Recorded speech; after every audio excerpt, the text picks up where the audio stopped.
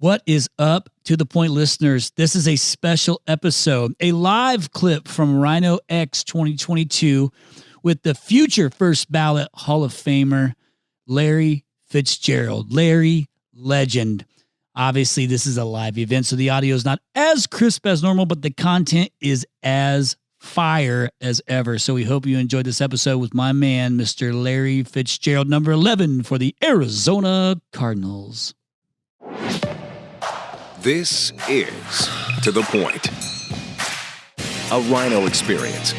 Voted one of the top home services marketing and operations podcasts. Cutting through the bullshit and getting to the point. Everybody raise up, clap your hands, put your hands together for Mr. Larry Fitzgerald.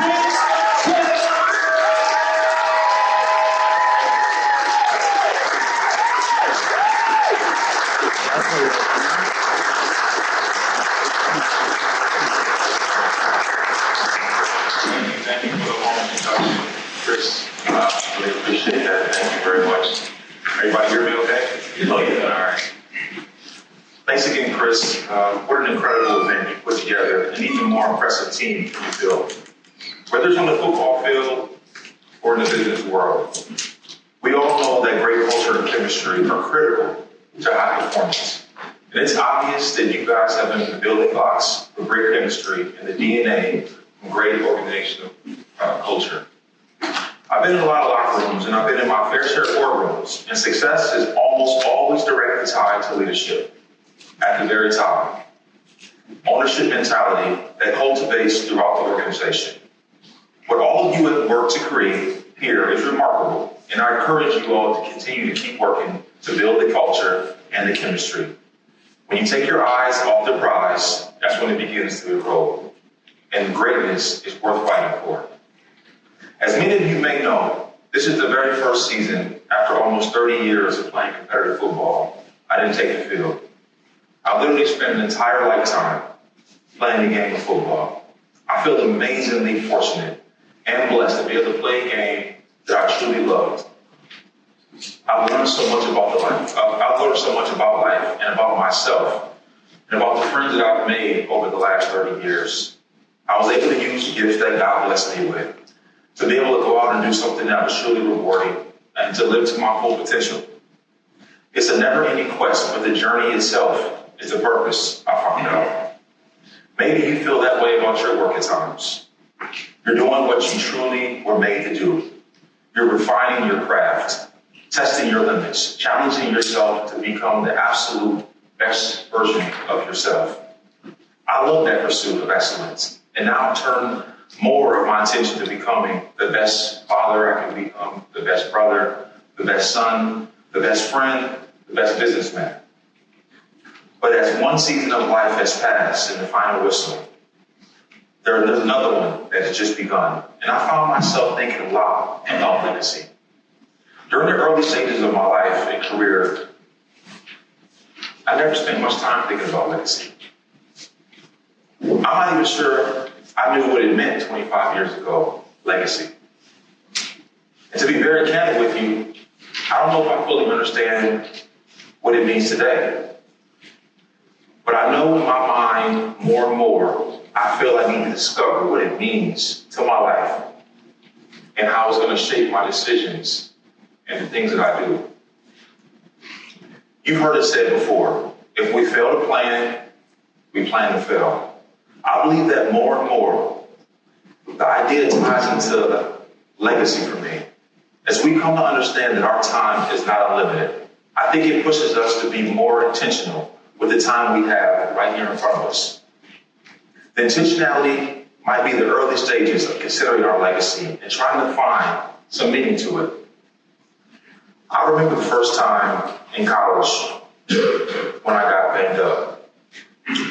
I've been really injury-free throughout my whole high school career. I played every single sport you can imagine. I played basketball, I played football, I ran track, I even played baseball in the spring. And I never dealt with any injuries. And I made freshman All-American my freshman year at the University of Pittsburgh, and I was riding on a cloud. You couldn't tell me anything. Like I was like literally levitating across campus. I was so excited. Going into my sophomore year, I was, picked to be an All-American and all these accolades, like the call watch list and all of these things. And I was about a week in the training camp, and I was dominant. I was the best player on the field, far and away. And I tore my hamstring. And immediately I was going down the left side of the field. I remember like it was yesterday. I went up to go get a ball that was thrown a little bit behind me. I was tracking it, going up to get it, and I felt this pop in my hamstring. And, I didn't know what it was. I didn't know how severe it was, how long I would be out, what the ramifications of the injury was. And I just remember laying there on that ground. I had the towel over my face, and, tears started to kind of rush down my face because I didn't know what to expect. And, I've seen guys injured before on many different occasions. You play as long as I've played. I've seen the most heinous things you can imagine, guys carted off. But dealing with it yourself, it's completely different. There's a flood of emotions that are so intense, the doubt, the uncertainty, all of these bad thoughts that come into your mind. And, trying to be able to work your way through those was very tough after a really, really tough offseason. The year before, I had all my hopes and dreams on the football field. The prospect of, losing everything that I've been dreaming about, was tough to deal with. It was really tough to deal with. And to be honest with you, at that point in my career, I'd never given any thought, to the big picture of life and legacy. It's not something I'd ever even considered. I was living my football life, just one day at a time. I was not living it with intentionality. I was reacting to life. I was riding the waves the best I could rather than living it purposefully. I think we're more susceptible to this type of thinking, though, especially when we're young. We're full of dreams, the vision, the excitement, but really we're just living our lives, day to day, without much planning. And very few of us are thinking strategically about the idea of building. I use that term very specifically. What are we building with our lives? A meaningful legacy doesn't happen by accident. And it doesn't happen at all at once. Just like a beautiful home or the incredible stadiums that you guys have all been into, it must be designed, engineered, the foundation laid, the plans modified, the frame built, brick by brick, one by one. Our legacies are very similar to that. If they're going to be lasting, strong, and beautiful, they must be built by design, piece by piece, step by step. In those younger years, I was definitely not building by design. I remember the year when I was drafted. I thought I had reached the pinnacle of my success. All my dreams were starting to come true. And it kind of dawned on me a little bit before the draft. I was sitting there with all of my family. I was at the Chicago Hilton. My grandfather was battling some complications of diabetes. He had just had his left half of his foot removed from complications, so he couldn't travel to New York. So I decided to stay and be with family. So we invited probably 50, 60 of my closest friends, relatives, anybody that had a positive impact on me as I grew up. And I remember, just thinking, wow, this is amazing to be able to really, cash in on my dream. I put in so much work to get to this point. And I remember getting a call from the Cardinals. First, I'll take it back a little bit. I got a call from the Oakland Raiders. They called me, and I thought I was going to go number 2. They just called me to give me the courtesy to let me know that they were going to pass on me. They really liked and enjoyed meeting me, and they thought I was a great player, but they had a need in the offensive line. And so they drafted Robert Gallery, who was an All-American tackle from the University of Iowa, a great player. Played about 10, 11 years in the National Football League. And it was nice of him to do that. And then I remember getting a call, and about 5 minutes after that, my whole finished dream. And it was one of the greatest moments ever to be able to have my little flip phone and see them calling me. And after I got off with Coach Green, like the family and all my friends were just like overcome with emotion. I remember seeing everybody just come up and just love on me, and it felt great. And then immediately I had this other feeling that came to me. I was thinking, I haven't done anything. I haven't really accomplished much of anything. all I've done is earn an opportunity to go do something else. And it's almost like a promotion at work, right? I mean, you've done a great job to get that, but now the promotion comes with more responsibility, better pay, but a lot more, adversity potentially, a lot more drama, more people you have to manage, so every time you step up, there's a lot more complications that come with it. And so I started thinking about, man, I'm 20 years old, I'm going to the National Football League, where it's ultra competitive, playing against the very best athletes in the entire world. They have families. This is not an occupation. This is their job. This is not a hobby for them. They don't go to school half the day and then go to practice and play. Like, this is what they do every single day.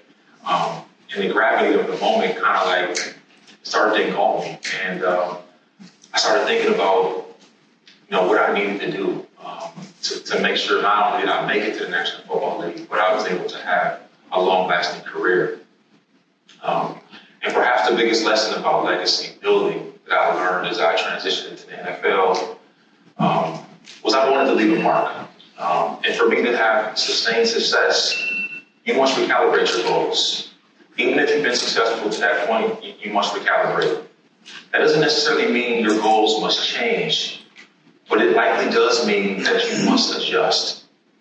And to adjust, you have to do that in a lot of different ways. My goal was to be great, and I knew I needed to adjust what I did in college, because that wasn't going to be good enough for me to be great at the next level.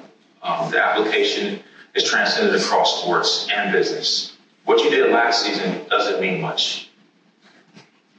Maybe nothing at all if you think about it. And nothing to do with what you're going to do this season. If anything, it puts a bigger bullseye on your back. If you had great numbers the year before, everybody expects you not only to reach those, but to exceed those numbers. Profitability, your revenue growth, sales records, all of that stuff, it has value. It builds your confidence, even maybe inflates your ego a bit, but they don't guarantee anything the following year. If you want to leave a truly meaningful legacy, you must build year after year. You must recalibrate your goals, find ways to get better, new solutions to new challenges, always hunger to be better this year and better for the next year. I often tell the story about the impact two men had on me when I first got to the National Football League.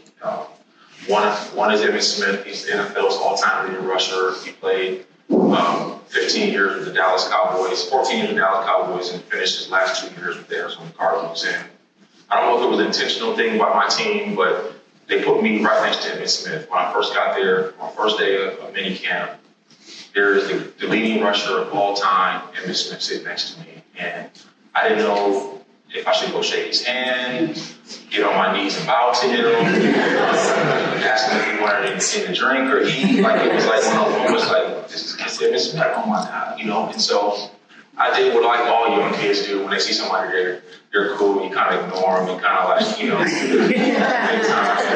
I remember inmate, like, when I sat down in the locker, he said, boy, you gonna sit over here and not speak?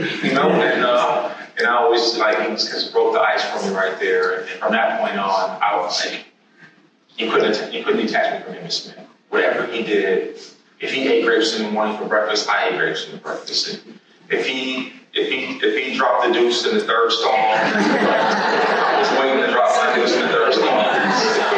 If he showered on the fifth stall, I showered on the fifth stall. Like, literally everything I did, everything he did, I did. Remember the first road trip we took, it was a preseason game in Minnesota, and we were required to wear a suit to the game. And I wore my suit on the plane to the game, and then the next day, I got, at 7 o'clock kickoff, I wore the same suit to the game.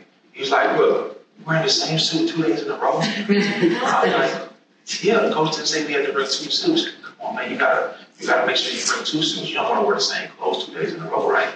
Yeah, you're right. And then a couple weeks after that, he pulled me aside. I had a pretty good game a few weeks after that. And he saw my press conference and said, look, I really like the way you handled yourself in that press conference. You were articulate, you were punctual, you made some good points, but I didn't like the fact that you were in sweats in the interview.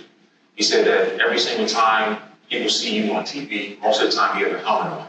you're not able to build your brand, your personal brand. You're building your professional brand, but you're not building your personal brand. He said, when you wear a suit, people equate you as a businessman, as a professional, and that can create opportunities for you off the field. They might not happen today or tomorrow or next week, but you never know what's going to happen 5, 10, 15 years from now. And now Emmy Smith is a very successful real estate developer in Dallas.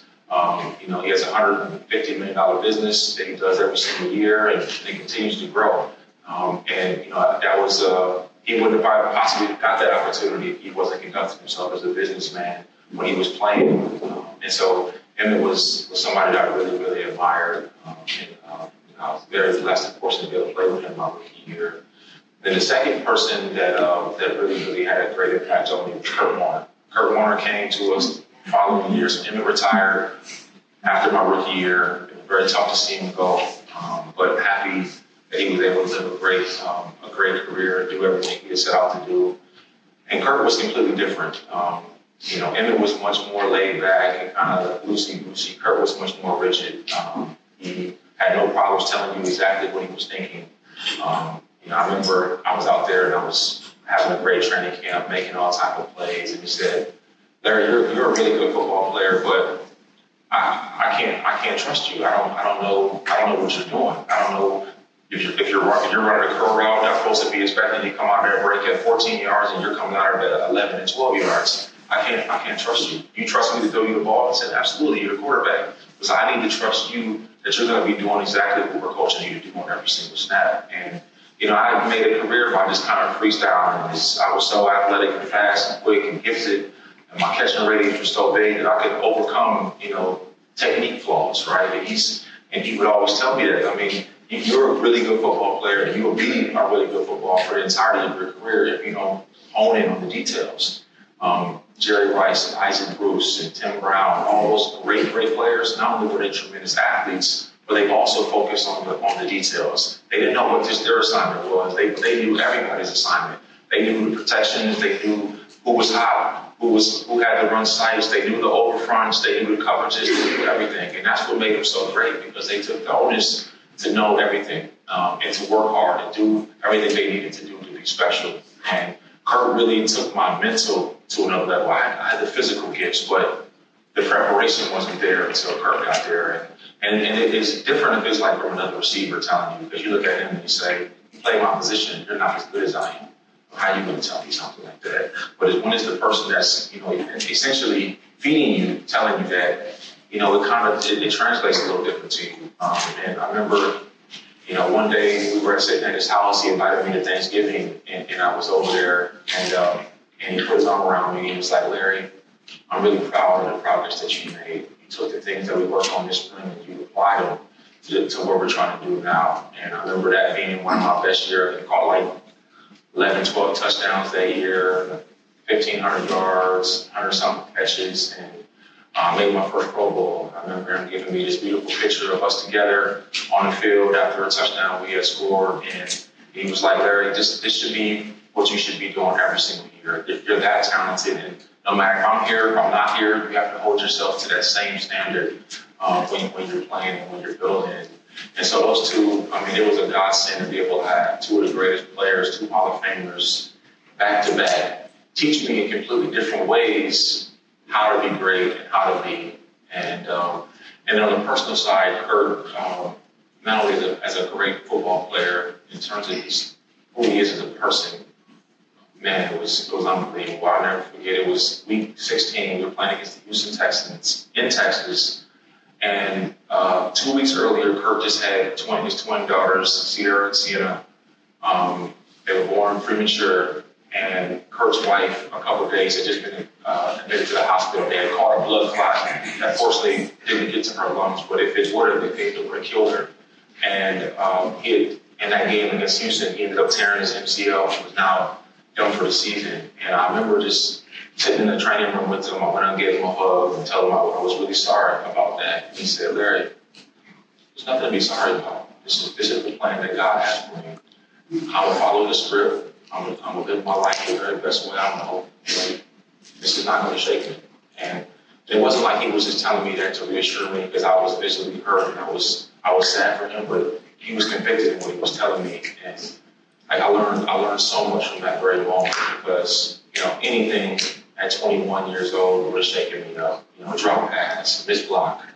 But to see a man go through that much adversity in that short period of time and handle it with such grace and dignity was like monumental for me to be able to see. And it really helped me, like, as I moved forward with things that I was dealing with, and, rather be on the field or off the field. So those two really, really made a huge impact in me in terms of football.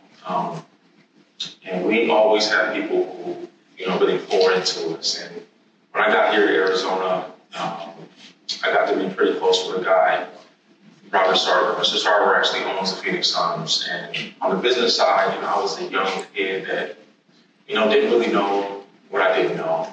Thought I knew a little bit of this, thought I knew a little bit of that. And some people just say, you know enough just to get hurt, like just to put money behind something stupid, right? And Mr. Sarver, he was one of those guys that I met that really took not only the time to help me, invest my money and do things like that, but he took the time to teach me. There's a big difference in life between somebody who feeds you and there's a difference between somebody who teaches you how to fish. Somebody who teaches you how to fish sits you down on the rock outside of the lake. They put the cheese or the night crawler or whatever it is on the bait. They show you the proper way how to cast, the proper way how to reel, to bring it in with the net, how to gently remove the hook from the mouth, how to fillet the fish, how to fry it, how to season it until you can eat it. Right? That's not just serving me the fish like a lot of people often do in life. They give you things, but you never learn anything from it. And he was the first person on the business side that really took the time to really teach me.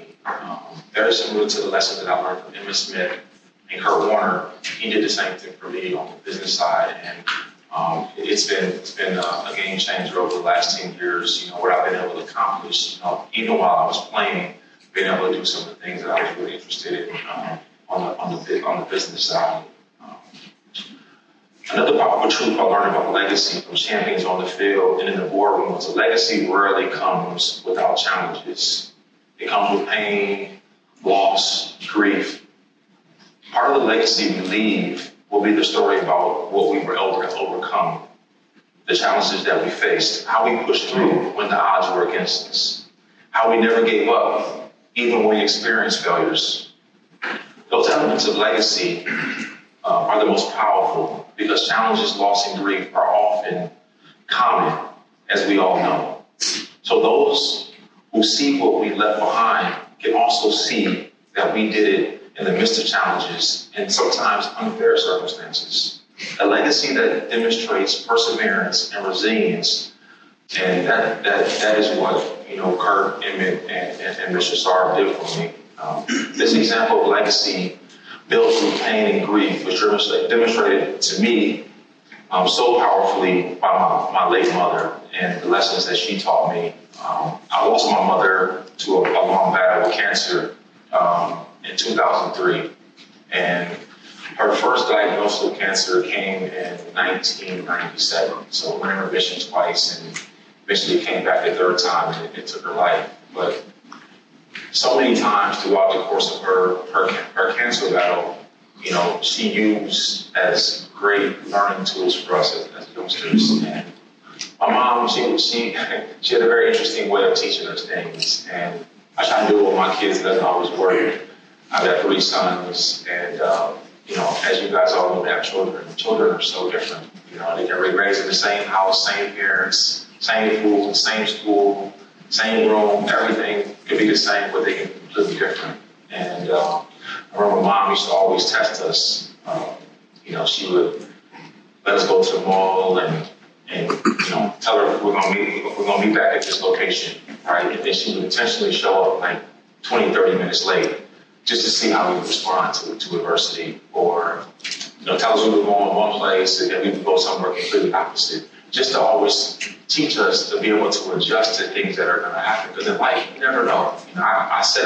I looked at the map quest from my house to this hotel, and today, Tasha told me to be here at a certain time, and on MapQuest it said it was going to be that time, but it didn't take into account that, the 51 was going to be backed up, there was going to be somebody, one of the lanes was going to be closed, and, it was going to be a little traffic back up for 15 minutes there, I'm trying to get off baseline, and Tasha got the driver coming over here thinking so he takes a wrong turn. Like, there's so many things in life that are like that, that you don't account for. You think you have a good plan, and that plan never comes, the way you think it's gonna work out. And my mom always did that. She always wanted to test us. So, now, I'm pretty much unflappable. There's not many things that really frustrate me or get me upset or make me, act out because, I just kind of really roll with the punches. There's only a few things in life that you really actually do have control over. One of them is, your attitude. And the other one is your effort. And often I hear people always, I was getting in games with teammates would talk about, man, the weather is so bad. I'm like, don't they have to play in that same weather as we do? I know it's cold, but they got to catch the football in that weather too. They got to tackle in that weather as well. And yeah, it's 110 degrees here or something that was stadium, but they have to stay hydrated. It's everything is even. And so in life, just imagine if the playing field was always even. I feel like that's a huge advantage in sports. In basketball, the rim never changes. It's 10 feet tall every single night. The ball is the same size. The court dimensions are the same. It's an even playing field. And so my mom used to always really push us to never let the circumstances and things, get in the way of you, keeping a positive mindset. And I just remember this one time we were sitting in our house. We were in the bed, and she was in the midst of her chemotherapy, and we were sitting in the bed, and she looked at both my brother and I, and she pretty much was always truthful with us, and she was like, look, I don't know if I'm going to be able to survive this. The cancer is now moved into my brain. We're going to start a trial. We're going to start some clinical trials down in Rochester at the Mayo Clinic, so we would drive down there every Saturday for some experimental treatments, and I remember telling us, don't use this pain, as an excuse to not reach your full potential. Don't allow the grief, to change the direction of your life. And, for somebody to have the wherewithal, as they're battling, at the end of their life, to be able to give their children some pertinent information like that, really resonated with me. And, I remember, after she passed, I was in my freshman year of college, and I was devastated. It was like the lowest low that you could imagine. I wasn't home to be able to be with her, on her final days because I was in school. My dad and my brother were there, to be there. I got a call. I was just walking off the practice field, and my coach told me, "Eric, it's time for you to go home." And I went home, and by the time I got back, she was already in a coma and non-responsive. And so it was a very difficult time. And I often thought about what she told me at that moment, at the foot of her bed, about not letting the circumstances of grief, derail me from getting to her. I'd always hoped to get it. And, I thought about leaving school, coming back, thought about, a lot of crazy places and things. My mind went to some weird places that I never experienced. Lost my appetite, dropped probably 10 pounds, and it was ball, and it's a program that I had at school that was able really to kind of get me back in the right state of mind. You take it for granted sometimes when you're in that. How close you guys are. You live with your teammates. You dine with your teammates. You study with your teammates. You play video games with your teammates. You go to the club with your teammates. You do everything. And that really was the support group that I really needed. And, I just remember I just completely rededicated myself to getting where I was trying to get to. But it was definitely lessons that my mother taught me for the 19 years prior to that was really able to help me, get to that mindset. It was painful, and you know, it was piercing, you know, but it was empowering. It was empowering because it was truthful, and that's what really stuck out with me. You know, part of her legacy was planted in me and in my heart that day. One of those fundamental legacies, those stones was laid in the bedrock for the way I go about my life and the way I teach my children today. And as I continue, and I'm always considering her work and the impact that she had on me, I realized that her legacy and her death are deeply connected. We all pass on. And in that passing, that tests our legacy. And the truth, you know, will be told, you know, as you continue to live your life beyond that. Her legacy to me and her passing is profound, is powerful. You know, don't be a victim. Don't allow circumstances to dictate your life. Perseverance. Make sure you're always, you know, behaving. Don't give up. You know, never surrender. Be generous to people. It takes no effort to be nice. It takes no effort. She used to always tell me, Harry, it takes zero skill to be nice. Zero skill. Like she tell me that all the time. You know, when I would say something snappy, like it takes nothing for you to be kind. You have to think about saying something bad or doing something bad. Like you have to think about that. Being nice takes none of that. You know, just be kind. You know, I remember that. You know, even like thinking back, the last time my mom checked herself into the hospital, there was another woman she knew that actually worked at one of her non-for-profits that she helped found. And she went and saw her before she even checked herself into the hospital. And so she just had a selflessness about her that always just, you know, was amazing. And, you know, every time I think about, you know, that it brings so much, you know, pride to my heart that, you know, she was that type of person and I could be half of her, you know, that means a lot to me. You know, the powerful words from my mother, you know, would later resonate deeply in my life. And it would also resonate a lot for me, you know, dealing with the greatest loss of my professional career as well. In 2008, we had the chance to play in a Super Bowl against the Pittsburgh Steelers in Tampa. It was something that, you know, anybody that watches football, plays football, dreams about having an opportunity one day to play on that stage. And you know, I remember my dad's cover. He's at the Super Bowl right now. He called me earlier today. He's actually in LA right now. He was covering his 45th Super Bowl. He's a journalist in the Twin Cities area, and he's covered sports, you know, that entire time. And I remember going to, you know, Super Bowl here when the Pittsburgh Steelers played against the Dallas Cowboys. I went to the Buffalo Bills. We played against the Washington Redskins. I think I went to like 7 or 8 Super Bowls as a kid.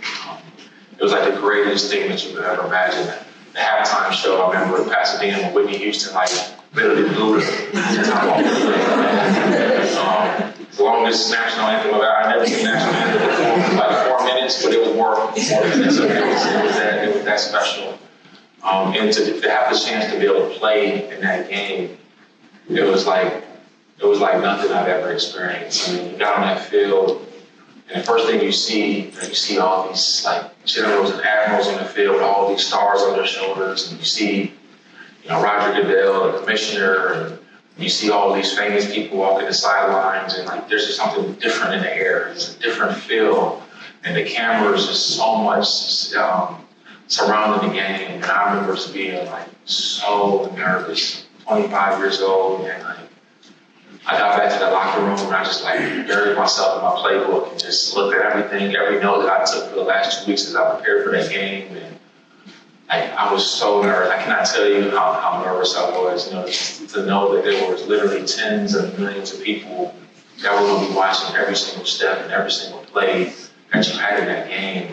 It was almost paralyzing. And then I just sat back and I started thinking about the great moments in Super Bowl, the plays that you think back and you watch in the NFL films, reruns when they run games, Lynn Swan going up and making the third down play for the Pittsburgh Steelers, or Marcus Allen's cutback touchdown that he housed, or the throw that Joe Montana made to Jerry Rice to beat the Cincinnati Bengals in the Superdome. And like all of these great moments started like flooding my mind. I'm thinking, I want to have that type of legacy in today's game. I have the ability. I prepared. I've done everything in my power to get ready to go out there and put forth a dominant performance, right? And like that was my mindset. You know, I went from being a little me to having intimidated, a little scared of the moment, to really step out of that locker room with a renewed sense of purpose. And I remember taking that field and thinking, I'm going to own this field today. I'm going to be the best player on this field today. And going out there, playing to the best of my ability, having a record day, even putting my team in the lead late in the game with just under 2 minutes to go. Like for a moment, I thought that maybe we had a chance to win the championship. Unfortunately, we fell short. I've never in my life have I dealt with like such a fast swing of emotions, right? You go from possibly being Super Bowl MVP to being in the basement of a stadium, wiping tears from your eyes in literally 3 minutes. It was like the fastest turnaround I've ever had. But it taught me a lot. Defeat always teaches you a lot of lessons. And that day, I remember sitting in my locker for about 5 minutes and just letting all of my emotions out. And then I got up, I got in the shower, I came back again, and I sat in my towel for about 10 minutes and just looking at my notes and the goals that I had set for myself before. And every single goal that I set for myself, I actually exceeded the goals that I had set for myself. And so, I was really beat down emotionally, but when I looked at the things that I had set out to accomplish outside of winning that game, I was able to do that. And so, like I said, look, if I fell short this year and I accomplished a lot of the things that I had set for myself, like I'm on the right path. And so I need to continue to do the things that allow me to get to this position and not to be in this position, but to excel in this position. I need to continue to do those things, and hopefully, that would put me in position if I'm in this opportunity, if I have this opportunity again, to be able to take advantage of it the next time. And so, like it was one of those moments again, that was like defining for me. As I look back, it truly was. Everybody in this room can say, you can look back and there's 5 instances in your life that you can say truly define who you are, or the things that you believe, or the causes that you support, right? And that was one of those defining moments in my life. And there's other moments that really like come back to mind. As I think about it, I'm an avid traveler. I travel all across the world. I've been to 108 countries. Been to all 7 continents. And I remember my very first experience leaving the United States, the continent of the United States. I went to Australia. And I was 20 years old. I'd never gone anywhere before. And I went for 40 days. And when I was young, I used to travel with myself all the time because I always feel like when you're by yourself, you really get to learn more about yourself. Like when you go with a group of people, you always have conversations, with the same people that you're there with. There's always a collective group putting together a decision on what museum, what activity, what restaurant, all these things. And when you're by yourself, it forces you to go eat dinner and maybe sit at the bar and talk to somebody from Germany that you would have never had a chance to meet, or somebody from Swahili that you, or not Swahili, but Uganda that you would have never met. It forces you out of your comfort zone and gets you to see the world and places and people in a different light. I never really subscribed to, see about people watch the news and say, oh man, that place looks dangerous. It's not dangerous. There's people everywhere that are good. There's people everywhere that are bad, no matter religion, no matter color. And, I always wanted to go out and experience stuff for myself. And so going back to the vacation in Australia, I went there for 40 days. I remember landing in Sydney. I kind of had like a tentative plan, but I didn't really have a plan, so I was kind of winging it. And I got to Sydney. I went out, went to the Sydney Harbor to go see like all the sites, and did the bridge walks, and really like dove into the culture. Went to the Aboriginal cultural centers and learned about the history of the country. went to the Great Barrier Reef. I backpacked, for like 4 or 5 days in the middle of the country. Stayed with an Aborigine family, like the meals, learned about the tradition, like really just like immerse myself in the culture. And I just loved doing that. I did the same thing the following year when I went to Asia. I went to Asia the next year for like 40 days again. And the highlight of the trip for me was a trip that I went to Vietnam. And I got into Hanoi.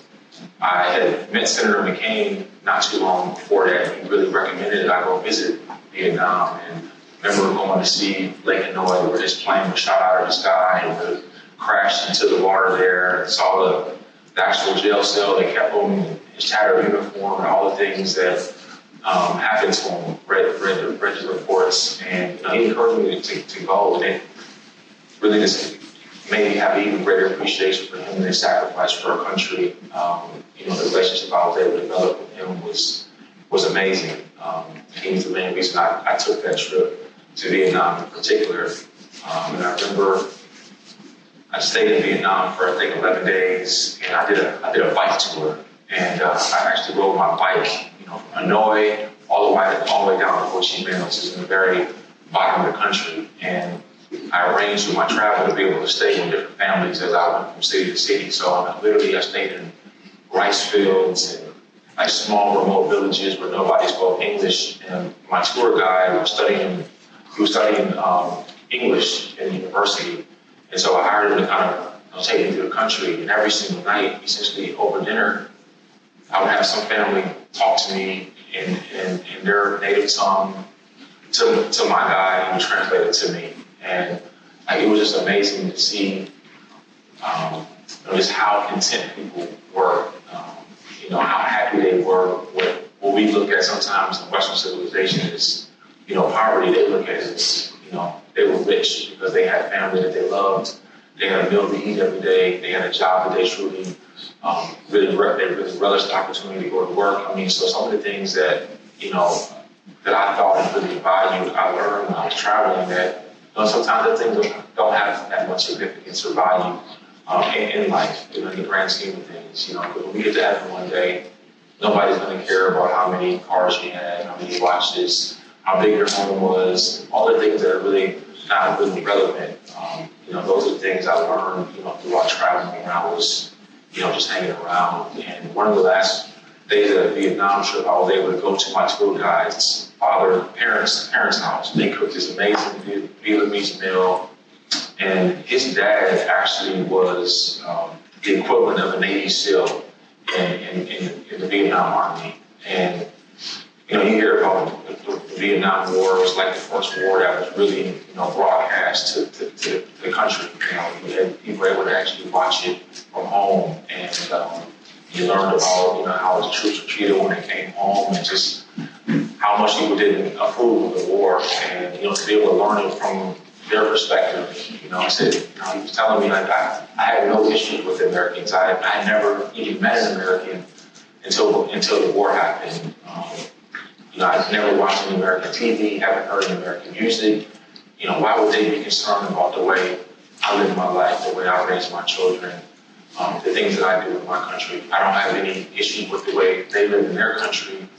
And he started walking me through, like, the thought process, how they would attack the armies or the Marines that were coming over there, how could they assemble and deassemble, anti-aircraft missile launchers from the ground in less than 3 minutes and get it under the ground. And from like 10 o'clock in the evening to like 2 o'clock in the morning, listening to the stories. And, travel, I've learned, is one of the few things that actually cost money that make you rich. You truly become better, more well-rounded when you're able to go and learn other people's cultures. And, something I've always, took a lot of pride in. Another trip that I really look back and think fondly of was my trip to Israel. I grew up Southern Baptist, and religion, Christianity was something that was really prevalent in our lives. And I remember going to Jerusalem and walking the same path that Jesus was forced to carry his cross on. Seeing Bethlehem where he was born, swimming in the Dead Sea, and like all of these unbelievable stories from Scripture that I was able to experience. And it was like it was an out-of-body experience to be able to go do some of those things. It was spectacular. The experiences weren't just adventures for me. They taught me more about others around the world. And more importantly, it taught me a lot about myself. And it's also made me consider even more about the legacies, not only myself, but of other people. So what legacies are you going to leave? I ask. And how do you plan to get there? Ambition without action is only wishful thinking. What we will do today is to begin building a lasting, meaningful legacy. And in closing, I offer all of you a challenge. Let's not build legacies for the purpose of being remembered. That's a little self-centered motivation. Instead, let's build a legacy that inspires others and makes this world a better place for those who come after us. I think that's the goal that we all should consider as we continue to move forward in life. And I just want to thank you guys for letting me come up and talk to you a little bit about some of the experiences I've had in life. And I guess I'm going to answer a few questions if you guys have any for me. So thank you very much, and I hope you guys have a great rest of your conference.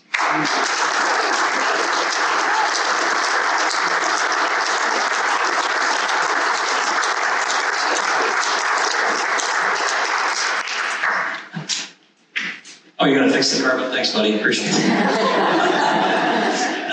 Do anybody have any questions? We'll take a couple on. We're a little bit over, but then we'll go straight to the meet and greet bit. Ken, your hand was up first. You need a mic. Actually, get on the microphone. This is record. Okay, Larry, so you talked about early in your career, you I don't remember the names, but you started following a player you admired and following his route, and the comment you made was something like, paraphrasing, you got to this place where you're at athleticism, right? And your instinct, yet you refined it and you really got to grab that discipline piece into the details, right? So, from that point, when you finally grab the discipline details, how would you describe that your performance increased by adding the detail piece to it? I went from being a really good player to being a great player, like in a matter of a year. Because I almost had like a bad, I was thinking poorly because I was thinking like, man, I'm already better than everybody. But you can't think like that. You got to think like much grander than that. And that's what it encouraged me, challenged me. It's like being good is cool, but great is available. And you actually not only have the ability, but you have the work ethic to be great. Like, why would you not want to do that? And so, those two just really challenged me in a way that I hadn't been challenged. When I was a kid, I actually was a ball boy for the Vikings in Twin Cities. So I got a chance to see great players, at their peak. But until you're in that position, you can watch other people do it. You can, emulate them. But when you're in the heat of the moment and you have the opportunity to do something, it's different. And I needed to be challenged like that. And that's why I mentioned those two, because they really did challenge me. They pushed me. They knew when they needed to kick me in the ass, and they also knew when they needed to put their arm around me. And they did both of them quite often. Hey, Larry. So my question is this. Can you tell us what it feels like to smoke a DB on a 50-yard bomb or a touchdown where 80,000 people don't have cigarettes? It's a great feeling. But there's no way you get that feeling without the work that's required to be able to do that. And the thing that makes football so unique is, like, you only play the game 10% of the time. Even less than that is actually game time. It's not like the NBA where they play 3-4 days a week. Major League Baseball plays every single day. Like, we play once a week. We have one opportunity. So everything is mostly about preparation. So Like that catch you see me make for 50 yards and touchdown, like I've literally done that hundreds and hundreds and hundreds of times in practice. People ask me what my greatest catch was. I got like whatever catch you could find out of 1,400 catches I made in the National Football League. I could show you 100 better ones that I make in practice. Like literally, because you're doing it every day. Catching it within 3 people around you. Remember catching the ball backwards one time, I couldn't get my head around it. We threw it back shorter, and I literally put my hand out on card, and I was looking back this way, like just plays that were just unbelievable in practice. But for you to be able to make those, you have to make that one. You have to experiment, try different things, and make those plays that you see people jump for, make it routine. It's like I remember watching Steph Curry practice one time when I was in the Bay Area, and like he shoots 3-pointers way behind the 3-point line all the time. And he shoots them with great consistency, like at a very high clip in practice. And so when he steps in a foot and he shoots it, it's like a free throw for him. So when you see him do it and make 8, 9 3-pointers in a game, it's like, shit, I saw him make 40 3-pointers in practice. So like, that's the kind of repetition and the work ethic and the practice that you have to do to get there. And the reward is 70,000 people giving you a standing ovation. It makes the work worthwhile. Hey Larry, I will tell you, I'm not a football player, fan, I don't play. I'm extremely impressed with you. There's no ego in you. I love listening to you. I'm not a big speaker and listening to you, but you've done a phenomenal and great job, and I love everything you had to say tonight. And that's one thing I just really, really am impressed with you. The second, there's a beautiful little boy right there. Will you please sign his benefit? I met him earlier. I was kind of going over my speech. I said, "Are you going to be here after the speech?" He said, "Yes." I said, "I promise you, I got President's autographs and places. I said, "You need to get to the door." It smells. No problem. I'm just overly impressed with you. No ego, just nice. I could listen to you all night. Thank you, sir. Appreciate it.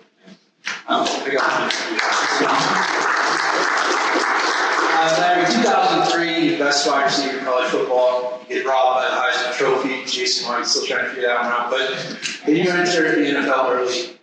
15 years later, you go back to get your degree. What motivated you to do that, and how has it affected you post-career? So one of the last conversations I had with my mother, she said, "Look, I know you're on the trajectory to make it professional, but I don't care if you leave early. I want you to go back and finish your degree." And so I ended up leaving shortly after my first semester of my sophomore year to go to the NFL, and I wanted to kind of get my feet wet and kind of get going in the league and make sure I was able to be able to go. And so as soon as I got to my second contract after my 4th year, that's when I started taking classes again. And I had a lot of school to go. I went my first semester, freshman year, second semester, took some summer school, and then I took my first semester of my society. I needed 70-something credits to graduate. So every off season from that point on, I just started chipping away at it. And, so I was able to get my degree in 2016 and finished up. So it took like 8.5 years for me to finish, but, something that was important to me. And now, what makes it even better for me now is like I talk to my sons. I have 3 young sons. Devin's 14, Apollo's 8, and Bruno's 5. So when I talk to them about the importance of school, I'm not just talking at them, right? I can tell them, like, I didn't need to get my degree. I was already secure financially, but it wasn't about that. It was about doing something that was difficult and doing something that I know would have a lasting impact on my life. Because there's some things like I sit on the board of Dick's Sporting Goods now. I would not have been able to have that opportunity if I didn't have a college degree. There's boards of nonprofits that I'm able to sit on that I would never have the opportunity to do if I didn't have my college degree. So, like, even I didn't know that when I started, but now looking back, I'm just so happy that I chose to do that. I'm going back and forth on if I want to go get my MBA. It's tough to go, away to school for 2 years, like it would require, but something I I've given a lot of consideration, but it was my mom that really, pushed the issue. Also, I was the only one in my family that hadn't graduated from college too, like, only one. And I remember, before my grandfather passed away, he was like he helped raise money for, politicians in the city of Chicago. And I remember him and his couple of his buddies, about 10 of them were sitting around, after church. And he was like, Larry, come here. Come meet a couple of my friends. And, this is like my 5th year in the league. I'm like all pro, like 4 times in a row. Like, I said, that guy, I thought I was really doing something. My grandfather told me to come sit down. He said, this is my only grandchild that doesn't have a degree.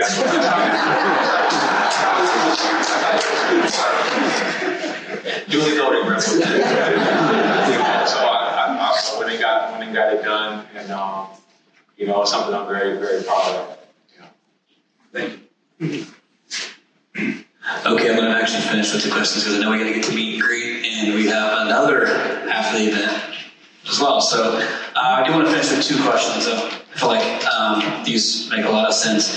I'm a Cardinals season ticket holder for like 19 years.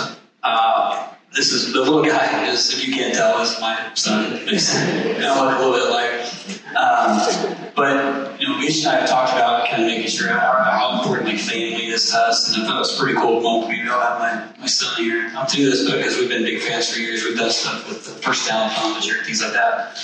So we've had the luxury of meeting Larry multiple times, and just seeing what he does here and just overall. And if you guys have heard anything about Larry, yes, he's could be first ballot Hall of Famer, is probably the most classiest dude in the game of football. Like, you tell me something bad you heard about Larry Fitzgerald.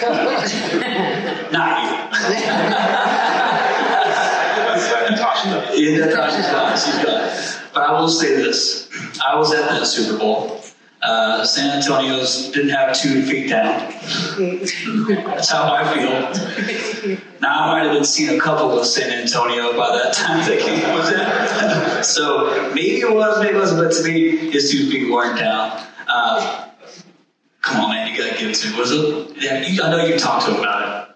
Yeah, honestly, because I don't even reaction. It's like there's nothing I can do to change it. It's something that's happened. It's kind of part of what my parents always talk to us about. You can't see where you're going if you're looking at the group. This is a very Larry Fitzgerald answer, right? Okay, last question for you. I'm gonna finish with this, and I appreciate your time. And you kind of went over and tell us the story, and I'm super grateful for your time. But who's going to win the Super Bowl? It pains me to say this because the Rams were in our division for my entire career, and I really have a strong disdain for them. I think they're the better football team, and if they both play their best football, I think the Rams will be better. But I think what we learned about this young Joe Burrow is the guy has the heart of a champion. You've seen him sacked 9 times against the Tennessee Titans. He was battered and bruised. When his team needed him the most, he stepped up. You look at the Kansas City Chiefs game, they're down 14 points going into the half, the most difficult place to play in all the league, Arrowhead Stadium. They could have packed it up, at the halftime, but they fought. That 3rd down scramble he had where the guy had him by the collar, he's able to escape, get the 1st down. You just see the conviction that he plays with, and the moment is not too big for him. He's young, but the moment is not too big for him. And, if they can just channel that type of energy throughout the course of the game as a team, I think they have a really good legitimate chance. I love it. You see a little bit of you in Joe Burrow? No. What, the turtleneck and the... I can't throw it like you got that swagger like that? I never smoked a cigar either. Well, listen, I'm grateful. Hopefully, you guys know, like, the 16 I've been able to watch this guy on the football field for years, and I've had a lot of heart and soul and blood, sweat, and tears with you, man. Like, but it is hard being an Arizona Cardinals. It teaches you about yourself.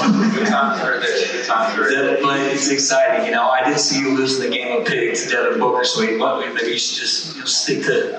I I mean, I would hope Devin will beat me in that game. That's true. But you were talking the big game there.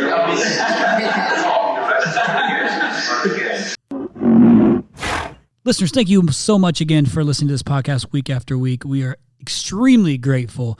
Again, the whole purpose of this podcast is to give back to the home services industry that we love so much, whether you're a Rhino or not.